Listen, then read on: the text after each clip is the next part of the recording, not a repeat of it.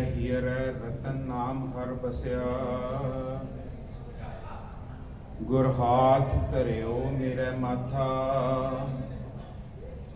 जन्म जन्म के किल विख दुखी उतरे, गुर नाम दियो रिन लाथा। कलयुग के अवतार नाम के बोहित, जाहरा जहूर हाजरा हजूर जागत जोत, तख्त चवर दे मालिक साहब श्री गुरु ग्रंथ साहब जी आप जी को दंडौत बंधन अनेक बार। गुरु पातशाह जी की कृपा गुरु प्यारी साध संगत जी फतेह प्रवान करो। वाहिगुरु जी का खालसा, वाहिगुरु जी की फतेह। सिख कौम अरदास दे विच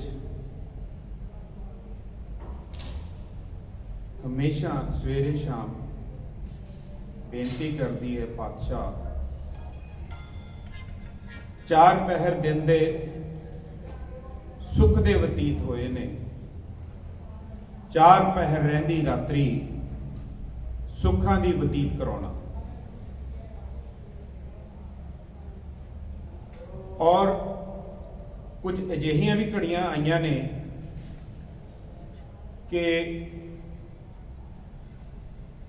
सिखां ने तशद्दद झले, शहीदियां पाइयां, फट्टड़ होए, बेहाल गुजरे, लेकिन फिर भी अरदास की पातशाह चार पहर दिन दे सुख दे बतीत होए, रात्रि सुखां नाल बतीत करो। एक कादा सुख,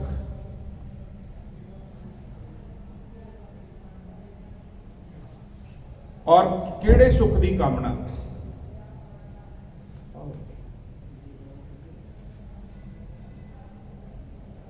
और इन्ने शरीरिक दुख होने के बावजूद, समाजिक दुख होने के बावजूद सिख कहता है सुख, सिख याचना करता है सुख दी, और सिख कहता है शुक्र है पातशाह मैं सुखी रहा। की चीज है जी, ये सिर्फ इतनी सुखताई है कि वो गुरु दे भाणे दे विच, गुरु दे नाल, गुरु दे अकीदे मुताबिक विचरिया है। इस चीज का उसनू अपने शरीर नालों वध सुख है। और इस दी हामी साडा इतिहास भरदा है, साडे इतिहास दीयां घटनावां भरदियां ने। हुणे ही 5 तारीख नूं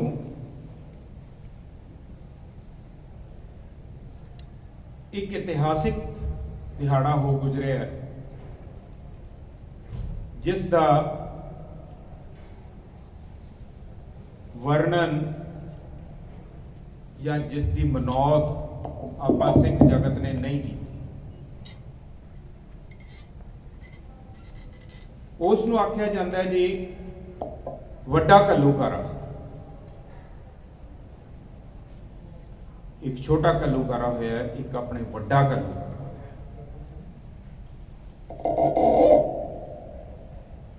1762 की एक गल है जी। वड्डा घल्लूकारा होया और उस दे विच 40,000 दे तो वध सिंह सिंगड़ियां, बच्चे अते बजुर्ग शहीद होए।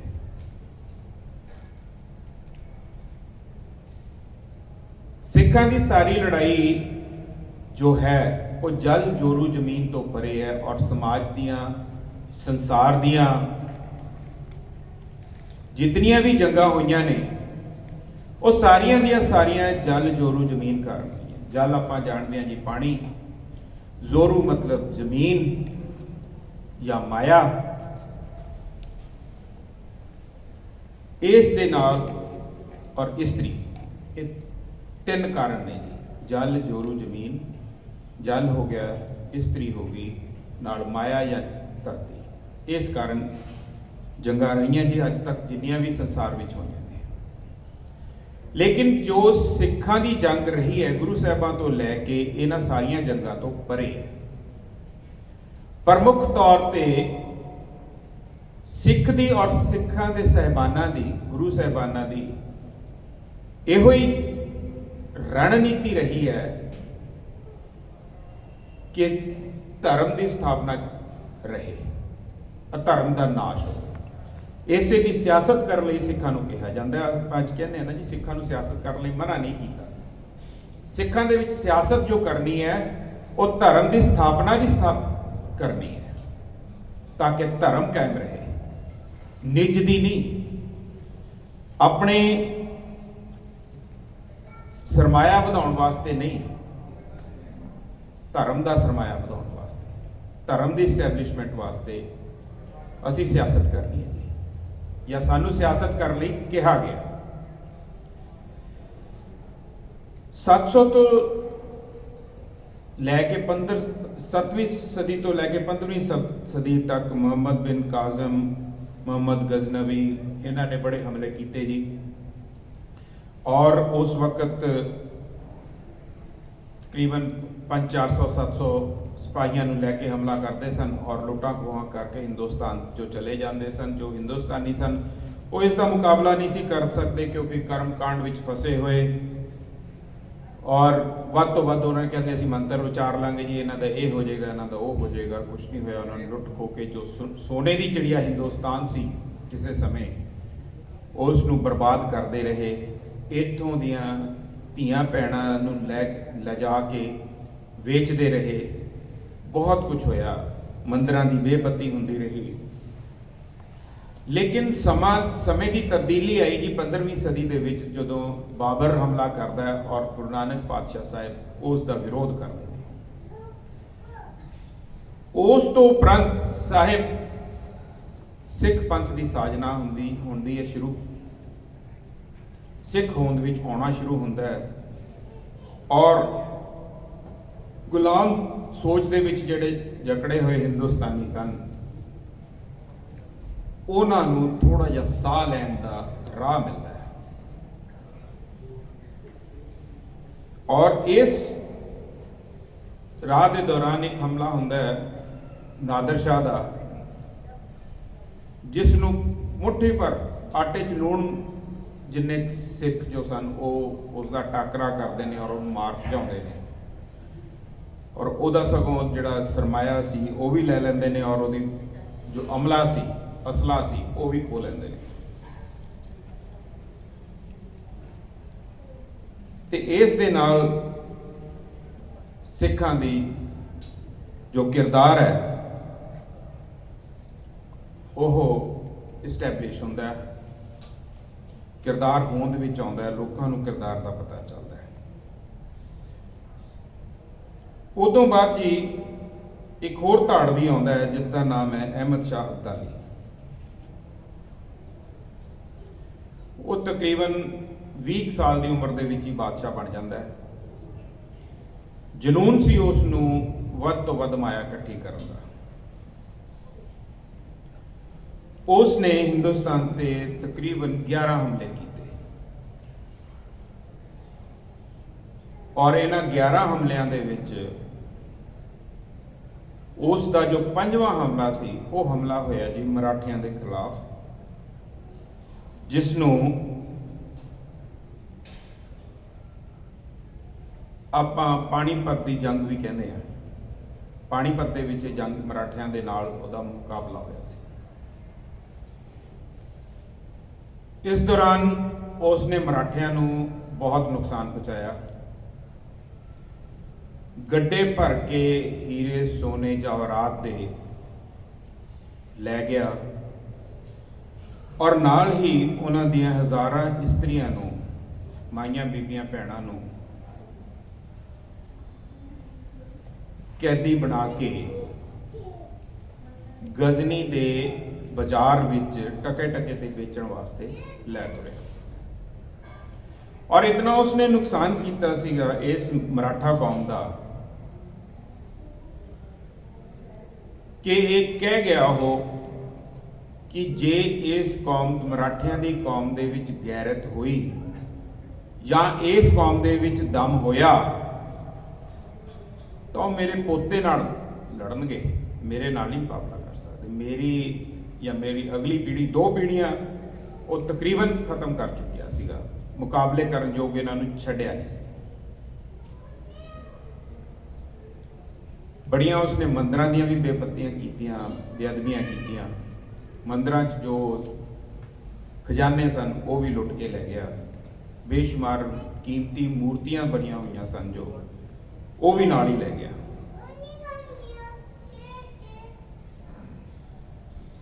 ਮਰਾਠਿਆਂ ਦੇ ਵਿੱਚ ਤਾਂ ਹਿੰਮਤ ਰਹਿ ਨਹੀਂ ਸੀ ਗਈ, ਲੇਕਿਨ ਦਰਦ ਤੇ ਹੁੰਦਾ ਹੈ। ਉਹਨਾਂ ਨੇ ਚਾਰੋਂ ਪਾਸੇ ਵੇਖਿਆ ਕੀ ਕੀਤਾ ਜਾਏ।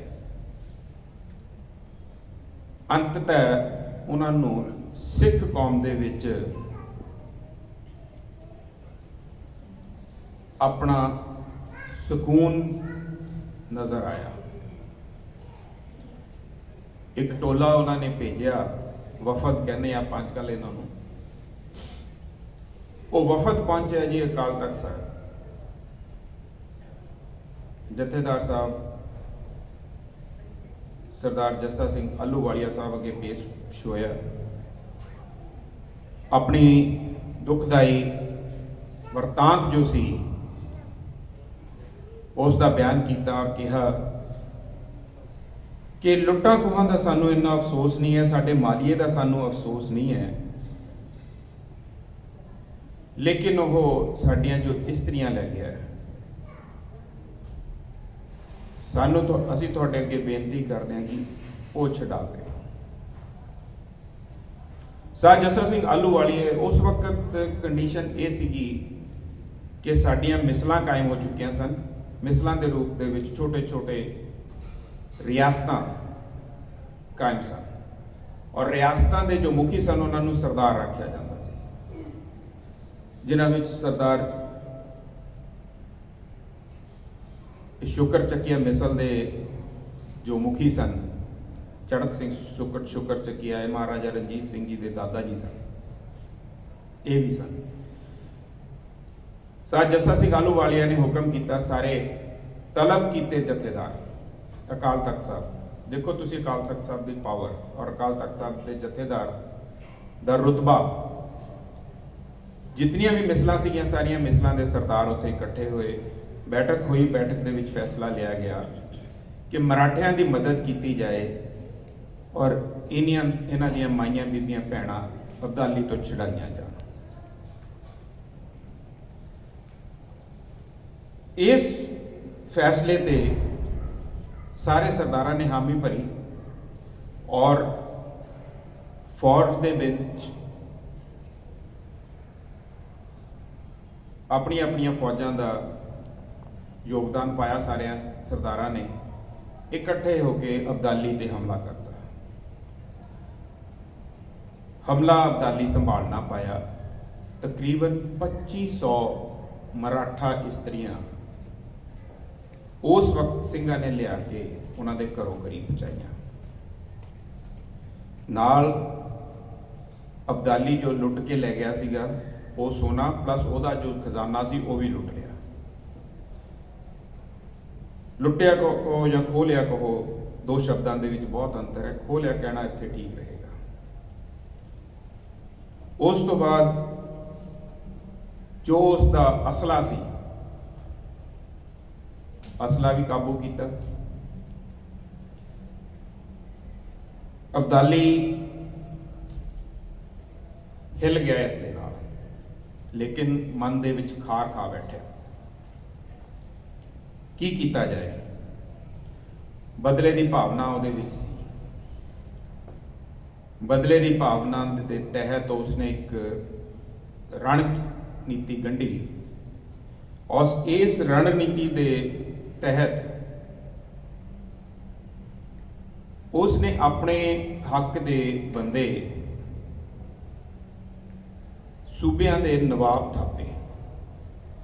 ਉਹਨਾਂ ਵਿੱਚ ਮਲੇਰਕੋਟਲੇ ਦਾ ਨਵਾਬ ਭੀਖਣ ਖਾਂ, ਸਰਹੰਦ ਦਾ ਨਵਾਬ ਜੈਨ ਖਾਨ ਨੂੰ ਥਾਪਿਆ। ਰਾਏਕੋਟ ਦਾ ਜੋ ਸੂਬੇਦਾਰ ਬਣਾਇਆ ਉਸਨੇ ਪੰਡਤ ਲక్ష్ਮੀ ਸਹਾਏ। और लाहौर दा उमैद खान। तुसी किरदार वेखो कित्थे इन्हां दियां इस्त्रियां नूं बचाउण लई सिख लामबंद होके श्री अमृतसर साहिब तो हमला करते हैं गजनी जाके अफगानिस्तान च, और कित्थे यह पंडित लक्ष्मी सहाय वर्गे उस अब्दाली के नवाब बनते हैं। चलो हुंदा आया हुंदा रहा। साहब श्री गुरु गोबिंद सिंह जी नूं भी आनंदपुर साहब का किला इन्हां दियां गऊ दियां सौहां खाण कारण ही छड्डना पिया। उसथे जदों इसने यह थाप रहा सीगा ते थापना के दौरान कुछ इन्हें सूइए भी छड्डे।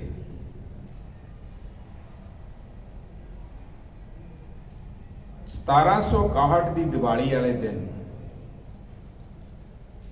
श्री अमृतसर साहिब विखे अकाल तख्त साहब अगे सरबत खालसा होया, और उस सरबत खालसे ने मते पास किए कि जेड़े ये सूइए ने पहला तो इन्हां नूं सुधारिया जाए, वार्निंग दी जाए, नहीं सुधरे तो सोधिया जाए। उन्हां विच प्रमुख तौर पर 2 सूइए सन जी। जंडियाले का सीगा अकिल दास और दूजा सी हरि भगत निरंजनिया। इन्हां दोनों नूं सुनेहे भेजे गए भी सुधर दो जाओ, नहीं तो सोध दिते जाओगे। जंडियाले का जिहड़ा अकिल दास सीगा उसने सिखां ताईं सुनेहा पहुंचाया, माफीनामा भेजा भी मैं नहीं अगे तो करांगा, मैनूं माफी दित्ती जाए।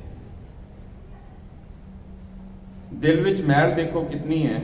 दूजे पासे अब्दाली नूं नाल सुनेहा भेज दिता कि जेड़े तू नवाब साजे सन थापे सन वो उन्होंने पकड़ बना ली है,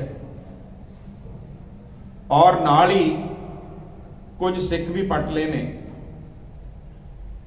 ते इस वक्त बड़ा सुनहरी मौका है, तू हमला कर सकदा है और तेरी जित होएगी। सिखां नूं भी अब्दाली नूं जो अब्दाली ने इस पोस्ट की सुनेहा लिया तो फैसला कर लिया भी चढ़ाई की जाए। लामबंद होना शुरू होया जी। सिखां ताईं भी खबरां पहुंच गई।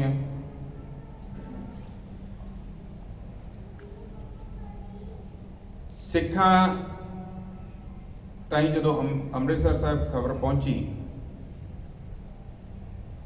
तो अब्दाली की फौज का मुकाबला करना सिखां लई कोई बहुता औखा नहीं सी, क्योंकि उस वक्त सिख रहिंदे ही घोड़ियां दी काठियां ते सन, समर्पित सन गुरु नूं, मरण तो डरदे नहीं सन। उन्होंने अंदाजा लगाया कि अब्दाली की फौज नूं श्री अमृतसर साहिब पहुंचण तक 10 दिन लगणगे, और इस दौरान सरबत खालसे कारण जो वो इकत्तर उत्थे होए सी, उन्हां दे नाल उन्हां दे परिवार जिन्हां विच माइयां बीबियां बच्चे भी सन, उन्हां सोचा कि इन्हां नूं आपां किसी सुरक्षित स्थान ते पहुंचा आईए। इहदी विਉਂਤ बनी कि जी बीकानेर दे नेड़े सुरक्षित स्थान ते इन्हां नूं टिका के वापस आया जाए। बीकानेर वाल उन्होंने चाले पाले परिवारों नूं नाल लैके सिंघां ने तकरीबन ये जो जत्था सी ये 40 तो 45 हज़ार के करीब सन, जिन्हां दे विच जुझारू सिंह बाकी उन्हां दे परिवार। रात वेले जदों रात पई तां उन्होंने कोपर हेड़ा ते गोहेला 3 पिंड ने जी, इत्थे इन्हां दी जूह दे विच उन्होंने पड़ा किया। उदों भी सिखे सोच रहे सन भी हाले भी इनू 4-5 दिन लग जाएंगे अब्दाली नूं, लेकिन उधर अब्दाली इन्ना काला सी, उसने अपनियां फौजां 36 घंटे लगातार भजाइयां। और रस्ते दे विच ना उन्होंने खाण नूं कुछ दिता, ना पीण नूं, मतलब कोई ठहराव नहीं रस्ते च, लगातार भजाइयां। और नाल सुनेह भेजते सूबे दे जिहड़े इन्हां ने नवाब थापे सीगे ने अब्दाली ने कि तुसीं भी अपनी फौजां लामबंद करके कोपरहेड़ा पहुंचो। सिख आराम कर रहे सन। कुछ तकरीबन तड़के का समा सी 3 बजे का। सिख आराम कर रहे सन और कुछ अपनी बाणी दे विच विलीन सन, पाठ कर रहे सन, नितनेम दे विच जुड़े हुए सी। उदों सूबियां दियां जिहड़ियां फौजां ने उन्होंने हमला करता, नज़दीक आ गए और ये जत्थे विच बहुते बच्चे बजुर्ग सन, जुझारू सिंह घट सन। फिर भी उन्हें विਉਂਤ बनाई।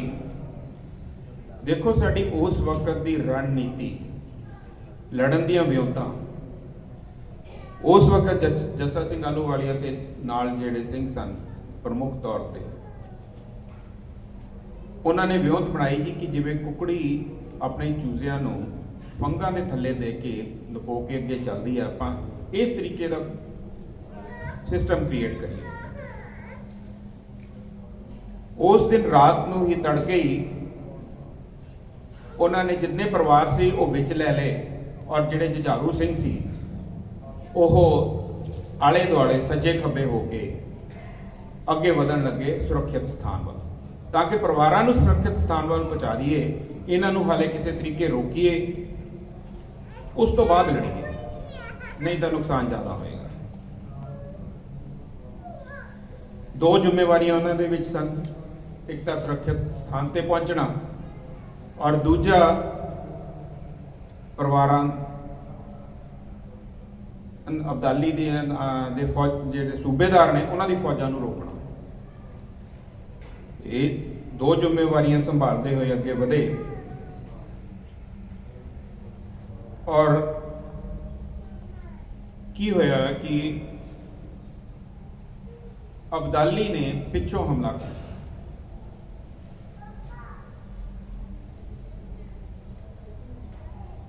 पिछों हमले करन कारण ये हाले तकरीबन 14 मील का फासला ही तय कर पाए सन। उस दे विच परिवारां दा बहुत नुकसान हो गया। 40,000 तो वध उत्थे शहीदियां हुई। सज्जे खब्बे फौज सूबियां दी, अगे पिछे फौज अब्दाली दी। उदों तकरीबन 2000 सिख ही बचे और वो जिहड़े बचे हुए सिख सन उन्होंने किकरां दा कोई जंगल सीगा तकरीबन 1.5 किलोमीटर दा, उत्थे उन्होंने टिकाणा किया, उत्थे लुके। और जिहड़े बचे हुए भी सिंह सन उन्हां विचों कोई भी साबत नहीं सी, सब ते फट लगे हुए सी, जख्मी सन, जिन्हां विच जस्सा सिंह आलूवालिया दे तकरीबन 20 तो वध फट सन। चढ़त सिंह शुकर चक्की है जो महाराजा रणजीत सिंह के दादा जी सन, उन्होंने 19 फट ते 3 गोलियां। इस तरह होर बाकी सारियां दे जख्मी सन सब। और नाल घोड़े उन्होंने खत्म हो चुके, मर चुके सन, तीर उन्होंने कोल खत्म, तलवारां उन्हां दीयां खुंडियां, खाली कमान बचे हुए और नाल पई है 40,000 परिवार शहीद हुए। 40,000 सिंह सिंघणियां, माइयां, बीबियां, बुजुर्ग।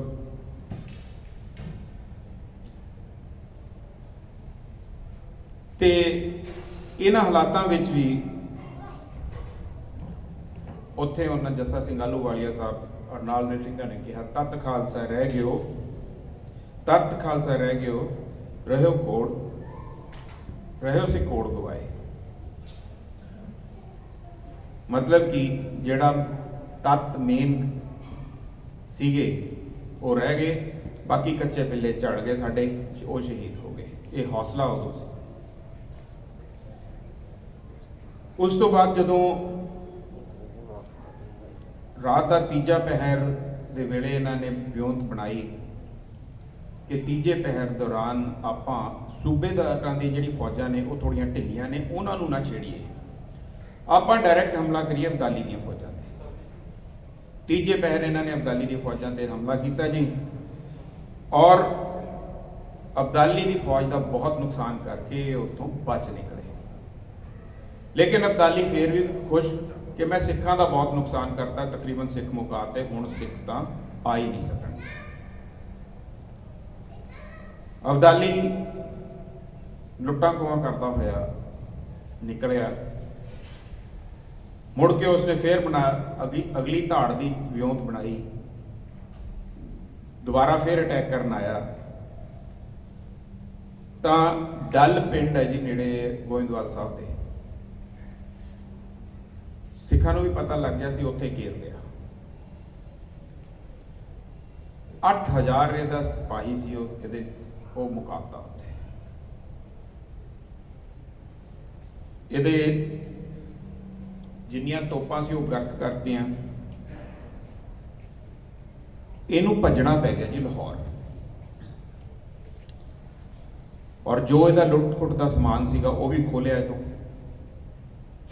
और नाल जो बीबियां इन्हें कैद कीतियां हुई सी वो भी छड़ा लिया। लाहौर जाके इन्हें सा लिया। उस तो बाद इनू खबर मिलती है अब्दाली नूं कि सिखां ने जिहड़ा मलेरकोटले की रियासत और सरहंद की रियासत सी उन्हां ते हमला करता। ये जान के उन्होंने होर हैरानी हुई कि उन्हें भीखन खां और जैन खां दोनों नूं मार मुका के काबज हो गए ने सिख, और अपनी रियासत कायम कर ली। ये इन्ना प्रभावित होया सिखां तो, दुश्मन जानदा होया ये उस वक्त कह उठिया कि सिख कदे राज करनगे। ये ऐसी कौम है किसी दिन राज करेगी। लाहौर का फौजदार सीगा जी बख्शी बुलंद खां, उसनूं इन्हें कहा कि मैं खेड देखनी चाहना। उस खेड दे विच कहंदा कि मैं सिखां नूं जानवरां दे नाल लड़दा देखना चाहना। बख्शी बुलंद खान ने सिख कैद किए। उन्हां विचों एक सिख नूं हाथी नाल लड़ाउण दी विਉਂਤ बनाई गई। हाथी नाल जदों भी लड़िया जांदा जी बरछे नाल लड़िया जांदा है, बरछा या नागनी। इन्हां ने उहनूं सिख नूं उसनूं तलवार दित्ती, जो कि मुकाबला करन योग हथियार नहीं है। कोई संजो नहीं, कोई आर्मर नहीं उत्ते दिता, ते हाथी छड़ दिता, हाथ सिख दे तलवार। सिख दे उत्ते कचहरा और लोई, बस होर कुछ नहीं। तीजी उहदे कोल चीज तलवार। उस सिख ने की कीता जी, देखो तुसी उस वक्त दे जो असी सिख सन, साडे विच किन्नी दिमाग की साडी प्रफुल्लता सी। उसने छाल मार के जी हाथी की पूंछ वड़ती। हाथी की जो पूंछ वड्डी गई तो हाथी पिछे नूं घुम्या। जदों पिछे घुम्या तो उन्हें उहदी सुंड ते वार किया, सुंड वड़ती। जदों हाथी घबराया इस गल तो ते वो मूरे नूं होण लग्या, उसने उहदी लत्त वड़ती और हाथी थल्ले पै गया। इस तो बाद तलवार नाल हाथी मारता। ये देख के अब्दाली अपनी गद्दी तो खड़ा हो गया और उसने ऐलान किया कि सिखां नूं कोई हरा नहीं सकता, सिख राज कायम करनगे। ये उस दुश्मन की वर्डिक्ट है। इस तरह का दिहाड़ा आपां 5 तरीक नूं मनाउणा सी, इसकी वरेगंढ सी। 40,000 सिंह शहीद होए और वो 40,000 की शहीदी तो बाद भी साथ जस्सा सिंह आलूवालिया ने जो शाम की अरदास की उदों यह कहा, 4 पहर दिन दे सुख दे बतीत होए दातिया, 4 पहर रात्रि सुखां दी बतीत करनी। इन्ने हौसले बुलंद और परिवार तो ऊपर उठ के उन्होंने समाज के कारण अपन जाना दित्तियां। सिर्फ तो सिर्फ इसका इको ही एक कारण है कि गुरु नूं समर्पित होकर रहना। आपां नूं सोचनी चाहिए है कि उस तरह की सिक्खी, उस तरह के सिख दोबारा किवें कायम, जो निज नूं छड्ड के गुरु वल वधण, गुरु नूं समर्पित होण। सो इतिहासिक दिहाड़े आपां याद रखिया करिए, अपने बच्चों नूं सुनाया करिए, तां जो ये वीर गाथावां सुन के बच्चे अगे वध सकन, उस परमेश्वर के राह के उत्ते तुर सकन। इसे कारण साहब श्री गुरु हरगोबिंद पातशाह जी ने ढाडी प्रथा चलाई सी, जो वीर गाथावां जगा गा के सिख कौम दे विच वो हौसला कायम रखण। जंगां कदे हथियारां नाल नहीं जित्तियां जांदियां जी, जंगां जित्तियां जांदियां हौसले दे नाल। सो ये हौसले दे स्रोत ने और ढाडी जत्था तकरीबन तैयार है जी। आप जी इन्हां विच ना खलोंदा होया मैं खिमा दा जाचक हां। फतेह प्रवान करो। वाहिगुरू जी का खालसा, वाहिगुरू जी